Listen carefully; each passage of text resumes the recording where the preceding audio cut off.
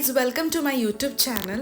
അപ്പോൾ ഇന്ന് സൺഡേ ഞങ്ങളുടെ പ്രോഗ്രാം എന്താണെന്ന് വെച്ചാൽ എൻ്റെ മോൾക്ക് എറണാകുളം ഡിസ്ട്രിക്ട് ലെവലിൽ കരാട്ടെ കോമ്പറ്റീഷനാണ്. ഇത് വരുന്നത് കോലഞ്ചേരി കടയിരിപ്പിലാണ്, ഹയർ സെക്കൻഡറി സ്കൂളിൽ. അപ്പോൾ ഞങ്ങൾക്ക് അവിടെ 8:30ക്കാണ് റിപ്പോർട്ടിംഗ് ടൈം പറഞ്ഞിരിക്കുന്നത്. അപ്പോൾ രാവിലെ എഴുന്നേറ്റ് കുളിച്ച് റെഡിയായി ബ്രേക്ക്ഫാസ്റ്റൊക്കെ കഴിച്ചു. ഞങ്ങൾ ഓൺ ദ വേ ടു കോലഞ്ചേരിയാണ്. അപ്പോൾ കോലഞ്ചേരി കടയിരിപ്പ് ഞങ്ങൾ വീട്ടിൽ നിന്ന് എനിക്ക് തോന്നുന്നൊരു ഹാഫ് ആൻ അവർ 45 മിനിറ്റ്സ് ആ ഒരു ദൂരേ ഉള്ളൂ. അപ്പോൾ ഞങ്ങൾ അവിടെ ഏകദേശം എത്താറായപ്പോഴത്തേക്ക് ഞങ്ങൾക്ക് സ്കൂൾ എന്ത് ചെയ്തിട്ടും കിട്ടുന്നില്ല. അപ്പോൾ ഞാൻ മാപ്പൊക്കെ വെച്ചിട്ട് ഇങ്ങനെ പോയിക്കൊണ്ടിരിക്കുകയാണ്. എനിക്ക് ഈ ഒരു ഏരിയ ഭയങ്കര ഇഷ്ടമാണ് കേട്ടോ. കോലഞ്ചേരി, മൂവാറ്റുപുഴ, ഈ ഏരിയ ഒക്കെ ഭയങ്കര ഇഷ്ടം എനിക്ക് കാണാം. കാരണം ഭയങ്കര ഗ്രീനറിയാണ്. പിന്നെ അവിടുത്തെ വീടുകളെന്ന് വെച്ചാൽ ഭയങ്കര വലിയ വീടുകളാണ് കേട്ടോ. അതൊക്കെ കാണാൻ എനിക്ക് ഭയങ്കര ഇഷ്ടം. കണ്ടോ, ഈ നമ്മൾ പോണ വഴിക്ക് ആർച്ച് പോലെ മരങ്ങളൊക്കെ ഇരിക്കണം, കണ്ടില്ലേ? ഭയങ്കര രസമല്ലേ കാണാൻ. എനിക്കിതൊക്കെ കണ്ട് ഇങ്ങനെ സുഖിച്ച് യാത്ര ചെയ്യാനൊക്കെ ഭയങ്കര ഇഷ്ടമുള്ള കൂട്ടത്തിലാണ് കേട്ടോ. അപ്പോൾ ഇത് വരുന്നത് സിൻഡൈറ്റ് എന്ന് പറഞ്ഞ സ്പൈസസ് കമ്പനീൻ്റെ ഓപ്പോസിറ്റ് ആയിട്ടാണ് ഈ സ്കൂൾ വരുന്നത്. ഞങ്ങളൊരു 8:15 ആയപ്പോൾ അവിടെ എത്തി. പിള്ളേരൊക്കെ എല്ലാവരും ഓൾമോസ്റ്റ് അവിടെ എത്തിയിട്ടുണ്ട്. ഇവിടെ അവളുടെ ഫ്രണ്ട്സും എല്ലാവരും വന്നിട്ടുണ്ട് കേട്ടോ. എൻ്റെ മോള് ഇപ്പോൾ പർപ്പിൾ ബെൽറ്റാണ് അവൾ അയക്കുന്നത്. അപ്പോൾ ഈ ഇങ്ങനെയൊക്കെ കോമ്പറ്റീഷൻസിൽ വരുമ്പോൾ ഇവരാരും ഏത് ബെൽറ്റാണ് ഇവർക്ക് കിട്ടിയേക്കണം ആ ബെൽറ്റല്ല ഇടേണ്ടത്. ഇവിടെ കോമ്പറ്റീഷൻസിൽ, അതായത് കരാട്ടയുടെ കോമ്പറ്റീഷന് വരുമ്പോൾ ഈതർ റെഡ് അല്ലെങ്കിൽ ബ്ലൂ കളറിലെ ബെൽറ്റേ ഇടാൻ പാടുള്ളൂ. കാരണം എന്താ, നമ്മൾ ഒപ്പണൻ്റ് ആൾ ചിലപ്പോൾ ബ്രൗൺ ബെൽറ്റ് ആവാം, ചിലപ്പോൾ ബ്ലാക്ക് ബെൽറ്റ് ആവാം, നമുക്കത് പറയാൻ പറ്റില്ല. അപ്പോൾ അത് നമ്മളുടെ ഒരു കോൺഫിഡൻസ് ലെവലിൽ അത് ബാധിക്കുന്നതുകൊണ്ടാവാം റെഡ് ഓർ ബ്ലൂ എന്നുള്ള ഇത് കാറ്റഗറൈസ് ചെയ്യുന്ന എനിക്ക് തോന്നുന്നത്. അപ്പോൾ റെഡും ബ്ലൂവും ബെൽറ്റിൻ്റെ പേരെന്താണെന്ന് വെച്ചാൽ അക്ക ആൻഡ് ആവോ എന്നാണ് പറയുന്നത്. അപ്പോൾ ഇതൊക്കെ ഞാൻ ഇങ്ങനെ ഇവളുടെ ഒപ്പം ഇങ്ങനെ ഓരോ കോമ്പറ്റീഷൻസിൽ വരുമ്പോഴാണ് ഞാൻ ഇങ്ങനെ ഓരോ ബെൽറ്റും ഓരോ കാറ്റഗറിയും ഓരോ രീതികളും ഞാൻ പഠിച്ചു വരുന്നത് കേട്ടോ. എനിക്ക് ഈ പറഞ്ഞ കരാട്ടേനെ പറ്റി യാതൊരു ഐഡിയ ഇല്ലാത്തൊരു വ്യക്തിയാട്ടോ. അപ്പോൾ അവൾക്ക് ഇന്നാണ് ഇവൾക്ക് പുതിയതായിട്ട് ഈ 2 ബെൽറ്റ് കിട്ടുന്നത്. അപ്പോൾ അവൾക്ക് ഭയങ്കര ഒരു എക്സൈറ്റ്മെൻ്റ് ആണ്, ഭയങ്കര ഹാപ്പി ആയിരുന്നു കേട്ടോ. കാരണം അവൾ എല്ലാവരും വലിയ ചേട്ടന്മാരൊക്കെ കോമ്പറ്റീഷൻസിന് ഇറങ്ങുമ്പോൾ ഈ ഒരു സാധനം ഇട്ടുണ്ടെങ്കിൽ ഇവൾക്ക് ഭയങ്കര ഒരു എന്താ പറയുക, ഒരു ത്രില്ലിംഗ് ആയിരുന്നു.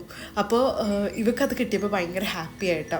പിന്നെ സാറ് എങ്ങനെയൊക്കെയാണ് വിളിക്കുന്നത്, കാറ്റഗറിയൊക്കെ എങ്ങനെയാണെന്നൊക്കെ പറഞ്ഞു കൊടുക്കുമായിരുന്നു.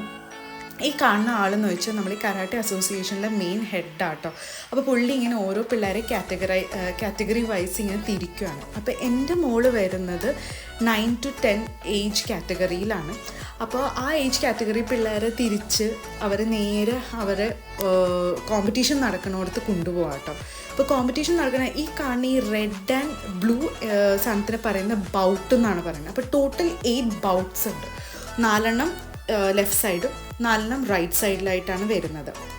അപ്പോൾ ബോയ്സും ഗേൾസൊക്കെ വേറെ ആയിട്ടാട്ടോ ഇവർ ചെയ്യുന്നത്. അപ്പോൾ ഈ ബൗട്ടിൻ്റെ ഉള്ളിലാണ് ഈ പിള്ളേർ കത്ത, പിന്നെ കുമിത്ത എന്ന് വെച്ചാൽ ഫൈറ്റിംഗ് എല്ലാം ചെയ്യുന്നതിൻ്റെ ഉള്ളിലാണ്. അപ്പോൾ ഇവർ ഈ കത്ത എന്ന് പറയുമ്പോൾ നമ്മൾ ഈ ഫൈറ്റിന് എന്തൊക്കെയാണ് ചെയ്യേണ്ടതെന്ന് കാണിക്കുന്നതാണ്. അപ്പം ഇങ്ങനെ ഓരോ പിള്ളേരുടെയും രീതിയിൽ ഇങ്ങനെ കാണിച്ചുകൊണ്ടിരിക്കുമ്പോഴത്തേക്ക് എൻ്റെ ഇളയ മോളാണെങ്കിൽ ബോറടിച്ചൊരു വിധമായി. അപ്പോൾ അവൾ അവിടുത്തെ ഒരു വേറെ കുട്ടികളൊക്കെ ആരാന്ന് എനിക്കറിയില്ല, അവരായിട്ട് അവൾ സെറ്റായി അവിടെ. പിന്നെ അത് കഴിഞ്ഞിട്ട് എൻ്റെ മോളുടെ റൗണ്ടും എത്താറായിട്ടോ. അപ്പോൾ ഇങ്ങനെ അതായത് ഈ കത്തയിൽ ഓരോ പിള്ളേരും ഓരോ ടൈപ്പ് കത്തകളാണ് കാണിക്കുന്നത്. പക്ഷെ ചെയ്യുമ്പോൾ ഓരോ റൗണ്ടിൽ നമ്മൾ സെലക്റ്റഡ് ആകുമ്പോഴത്തേക്കും നമ്മൾ റിപ്പീറ്റഡ് കത്താസ് കാണിക്കാൻ പാടില്ല. പിന്നെ അവിടെ കുറേ റെഫറീസ് ഇരിക്കുന്നുണ്ട്. അവർ ഇങ്ങനെ പോയിൻറ്റ്സ് അവർ ചെയ്തതിനനുസരിച്ച് അവർ പോയിൻറ്റ്സ് കൊടുക്കും. ആ പോയിൻറ്റ്സ് കാൽക്കുലേറ്റ് ചെയ്തിട്ട് ടോട്ടൽ മാർക്ക് ഈ ഡിസ്പ്ലേ ബോർഡിൽ കാണിക്കും. അപ്പോൾ ഈ ടോട്ടൽ മാർക്കിൽ ആർക്കാണ് ഏറ്റവും കൂടുതൽ കിട്ടിയത് അവർ 3 പേര് സെലക്ട് ചെയ്താണ് നിർത്തും. അപ്പോൾ സെമി ഫൈനൽ റൗണ്ടിൽ എന്നെ മോക്ക് കിട്ടി.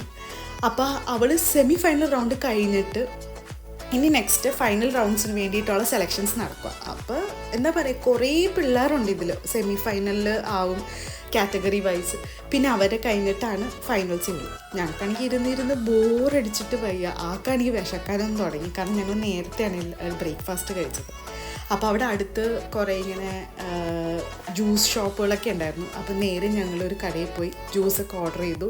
ഇവർക്ക് ഓറഞ്ച് ജ്യൂസും ഞാനൊരു ലൈം ജ്യൂസ് കുടിച്ചിട്ട് നേരെ വീണ്ടും പോയി. അപ്പോഴത്തേക്ക് എൻ്റെ മോളുടെ സെമി ഫൈനലിൽ കത്ത സ്റ്റാർട്ടായി. അപ്പോൾ അവൾ കത്തയൊക്കെ ചെയ്ത് ഒരുവിധം എന്താ പറയുക, അവൾക്ക് പറ്റുന്ന പോലെയൊക്കെ അവൾ ചെയ്തിട്ടുണ്ട്. അപ്പോൾ അതെല്ലാം ചെയ്ത് കഴിഞ്ഞിട്ട് അവർ ഓരോ ആൾക്കാരായിട്ട് ചെയ്ത് കഴിഞ്ഞിട്ട് അവളുടെ പോയിൻറ്റ്സും റെഫറീസൊക്കെ കൊടുത്തു കഴിഞ്ഞിട്ട് നമ്മളതൊക്കെ കാൽക്കുലേറ്റ് വെയിറ്റ് ചെയ്തിരിക്കണേ. ആളിനി ഫൈനൽസിൽ കയറും എന്ന് വിചാരിച്ചു ഞങ്ങൾ. പക്ഷെ ഞങ്ങൾക്ക് ഫൈനൽസിൽ കയറാൻ പറ്റില്ല. ബട്ട് സ്റ്റിൽ നമ്മൾ സെമി ഫൈനൽസ് വരെ എത്തി. അതിൻ്റെ ഒരു സന്തോഷത്തിലാണ്. പിന്നെ ഈ സംഭവങ്ങൾ എങ്ങനെയൊക്കെയാണ് നടക്കുന്നതെന്നുള്ളത് ഞങ്ങൾക്ക് രണ്ടുപേർക്കും ഒരു ഐഡിയ കിട്ടി. പിന്നെ ഇവൾ ഹാപ്പി എന്താണെന്ന് വെച്ചാൽ ഇവൾക്ക് മറ്റേ ആ 2 ബെൽറ്റ് കിട്ടിയതിൻ്റെ ഒരു എക്സൈറ്റ്മെൻറ്റിലായതുകൊണ്ട് ആൾ അത്രയും ഡൗണും ആയില്ല. അപ്പം ഞങ്ങൾ പിന്നെ വേറെ ഒരു പരിപാടിക്ക് നിൽക്കാൻ നിന്നില്ല. കാരണം ഇത് കഴിഞ്ഞ് നമുക്ക് നേരെ വീട്ടിൽ പോവാം. അപ്പോൾ സ്പോട്ടിൽ തന്നെ അവർ ജയിച്ച പിള്ളേർക്ക് മെഡലും കൊടുത്ത് അവർക്ക് വീട്ടിൽ പോവാം. അപ്പോൾ ഇത് കഴിഞ്ഞ് എല്ലാവരും വീട്ടിൽ പോണ വഴിക്ക് അങ്ങനെ ഉറങ്ങിപ്പോയി. പിള്ളേരൊക്കെ ഉറങ്ങി ഒരു വിധമായി. അപ്പോൾ ഇത്രയേ ഉള്ളൂ. ഇനി അടുത്ത വീഡിയോയിൽ കാണാം. ബൈ.